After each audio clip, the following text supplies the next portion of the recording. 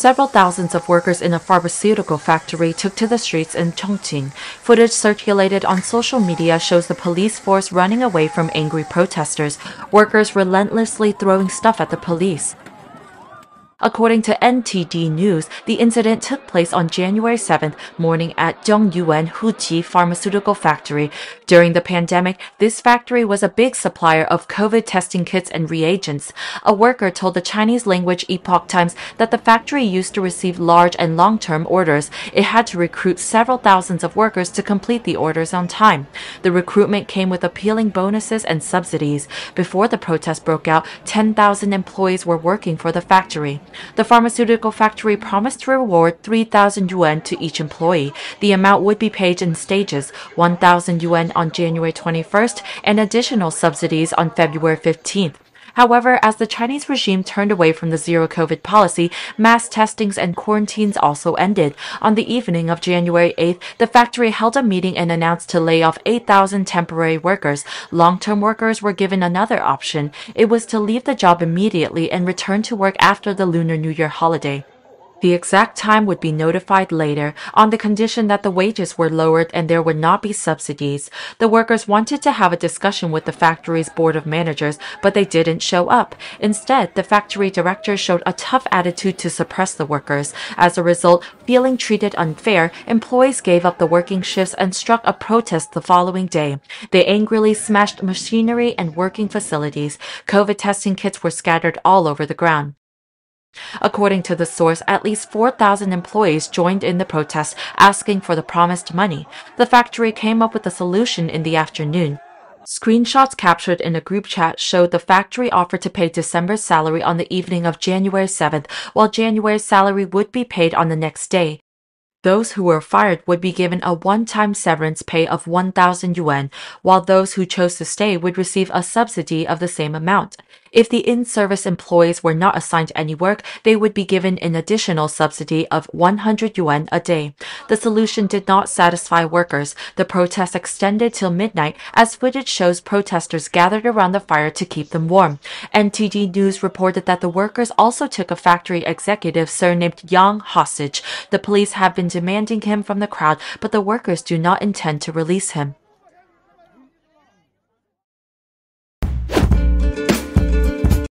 Recently, the northern part of China has become cold. Everywhere is coated in a silvery white powder.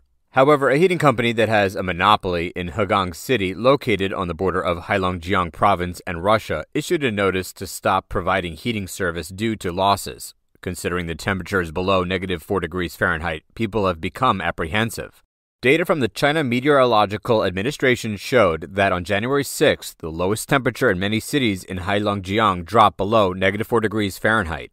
Harbin recorded at -4 degrees Fahrenheit, Shishihar at -13 degrees Fahrenheit, and Hegang at -14.8 degrees Fahrenheit had the lowest temperature in Shenyang City, according to the Epoch Times. During such a severe winter and low temperatures, Hegang City's Chongming Heating Company made an emergency notice of restriction and suspension of heating service, Sina reported. The notice mentioned that the coal price has skyrocketed since last year. The company has repeatedly applied for price adjustments and subsidies to the authorities but received no response. Last year, the company made a loss of 7 to 8 million yuan, about $1 million to $1.1 million. On January 5th, the company began to limit the heating supply until they shut it down completely. A video shows a Hegang resident in Baochuangling residential area reporting to the heating company that even wearing a cotton jacket indoors is not enough to keep warm. The person said, "We have fully paid the heating bill, but you only provide heating like this?" The answer from the company was, "We have no choice. We are not the ones who buy coal, but the government." Song, a Hegang resident, told the Epoch Times on January 5th that the quality of local heating service is poor. The heating company has lost money and is no longer providing heating services, and people are looking for another company. Epoch Times reporters called the Urban Management Department of the Baochuangling area. This unit has the authority to handle the case of Chengming Heating Company in Hegang, but there was no answer. On January 3rd, a statement officially stamped by Lingbei residential area said the company's incident of Chengming Heating Company posted an urgent notice of restriction and suspension of heating service in many residential areas was irresponsible behavior. Relevant government agencies have investigated and talked to the person in charge of Chengming Company, asking the company to correct the mistake. At noon on January 5th, Chenming Heating Company issued a notice saying they admitted their mistake and pledged not to limit or stop the heating service. Zhou Lanjian, a senior reporter for Chinese media, told the Epoch Times on January 6th that public resources in northern China have long been manipulated by privileged private companies, especially livelihood projects such as heating, water supply, gas supply. Only those with a relationship can have this gas and heating supply channel. Zhou Lanjiang said that Chenming Company is a private company, and because the price of coal is too high and the government does not allow any increase in the heating price, they cut off the supply. This practice threatens both the government and the people. With freezing weather of -4 to -22 degrees Fahrenheit, having no heat for 1 to 2 days is enough to endanger people's lives. At the same time, heating shortages are spread across northern China. A video shows that many people suffering from insufficient heating and freezing conditions gathered outside the government gate of Shenhu District, Shenyang City to protest, asking the government to solve the heating problem. Economic Daily Press recently reported that many places in Hebei said gas supplies are often restricted during winter. Gas can only be used to cook 3 meals during daylight but is turned off at night, and the elderly and children are too cold to sleep. Before this matter, a Chinese gas company replied that it had to buy less gas due to a lack of capital. Related news has sparked discussions on Chinese social platforms. The Epoch Times quoted some netizens asking questions. Is Hebei turning into Europe? In recent years, when Chinese official media saw a sudden power outage in Taiwan or a fuel shortage in Europe, they would spread the news without hesitation. But when it happens in China, they are completely silent.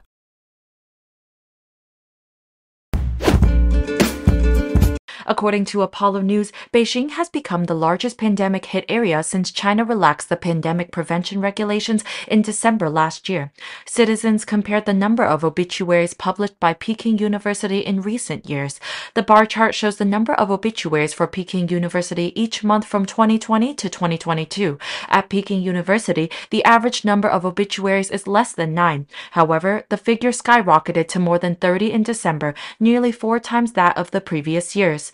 A netizen named WeThinker said that 10 million old, weak, sick, and disabled people typically die in China yearly, an average of 830,000 per month. He said that the death rate at Peking University in December 2022 is 4 times that of previous years. Meanwhile, the excess number of deaths is 3 times that of previous years.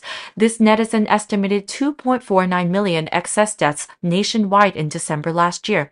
He calculated 5 million excess deaths in China, assuming that the death peak lasts 2 months. Moreover, Zhu Yixuan, a professor at Wuhan University, revealed that within less than a month, 14 elite professors had left. In addition to Peking University, Tsinghua University also released obituaries one after another last month. They held an online special work conference on epidemic prevention and control for retired faculty and staff and formally established a special work coordination group. From December 5th to 9th, Tsinghua University issued more than 10 obituaries about retired teachers, cadres, and employees of Tsinghua University, as many professors have passed away. According to Apollo News, from November 10th to December 10th last year, 18 obituaries were released, including several academicians and retired teachers. The booming auto industry in China's Changchun has attracted many German companies to invest and set up factories. Despite the COVID-19 pandemic, many German companies are eyeing the potentials in the Chinese market, and they foresee long-term success given China's promising economic prospects and sound business environment. 即便是在这个疫情挑战下，但是我们对市场还是充满了信心的。在2022年，我们的固定资产投资呢也创造了历史的新高。那在新设备的引入啊、新技术的引入方面，也有很多的改善。我们今年实际上对中国汽车产业的发展还是满怀信心，所以我们还是有信心，在不断增加投资的前提下，不断增加研发人员的资源的情况下，能够把这个电动车市场这块业务。Several new terms have emerged in Chinese society during the past 3 years. Recently, the term human mind was blocked by authorities and has become a sensitive term after it became a big hit on the internet. But the funny thing is that this new phrase is not new. Instead, it has resurfaced, and netizens use it to express their current situation. So what does this term represent, and could a simple phrase alarm the Chinese regime? This January 7th, the Chinese edition of The Voice of America reported that in early 2023, the term human mind topped Weibo's search list. The same thing happened with other Chinese social networks, such as Jihu.com. However, this term was blocked entirely on all Chinese platforms in a very short time.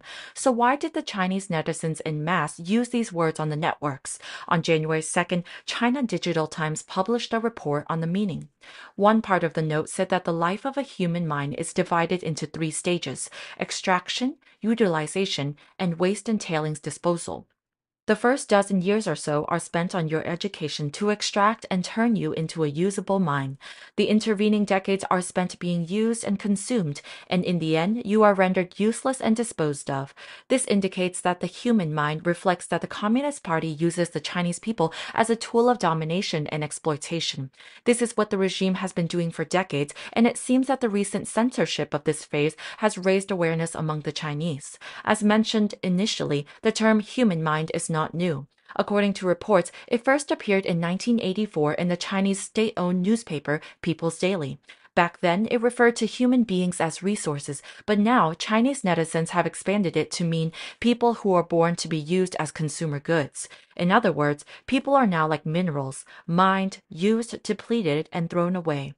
Wu Zhou, an independent political scientist based in the United States, stated that in recent years, the Chinese authorities have strengthened their control over the internet, which is why people are looking for different ways to express their complaints against the communist regime. The expert explained that when a term becomes a hot topic on the web, officials rush to censor it immediately. But until they complete that process, it is already too late and in vain because Chinese people not only see the words but also understand the meaning as well. That is to say, the Chinese people are more awake to the nature of the Communist Party and see more clearly the suffering this totalitarian system has brought to the country. It could be said that despite the extreme censorship of the internet, the Chinese regime can no longer manipulate public opinion. It is losing its power.